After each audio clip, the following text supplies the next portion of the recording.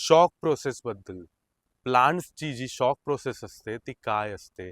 Green green दिसतो, I know तुम्हाला, त्यामुळे तुम्हाला असं वाटत असेल की हे सुकलेत किंवा मरून गेलेत प्लांट. तर हे असं नाहीये. खूप सारी झाडं तुमची मरतायत ज्या वेळेला तुम्ही नर्सरीमधून परचेस करता किंवा कोणत्या दुसऱ्या जागेवरून ते प्लांट शिफ्ट करता. तर याची प्रोसेस काय आहे, काय होतात, हेल्दी प्लांट आहे असं तुम्हाला वाटू शकतं, बट ऍक्च्युली हे तिन्ही हे दोन प्लांट आणि हा ह्युमिक ऍसिड खूप चांगलं काम करतं.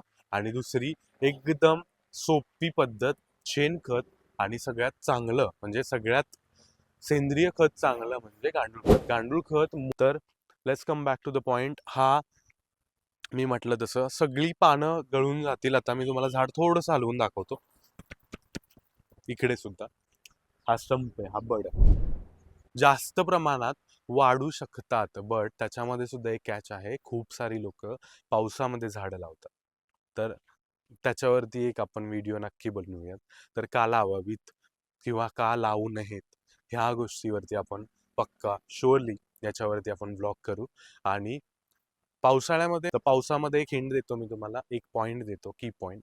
पावसामध्ये ज्या वेळेला तुम्ही प्लांट करता त्यावेळेला अशा गोष्टी होतात की पावसामध्ये खाली जी मुळं असतात ती वाढत नाहीत.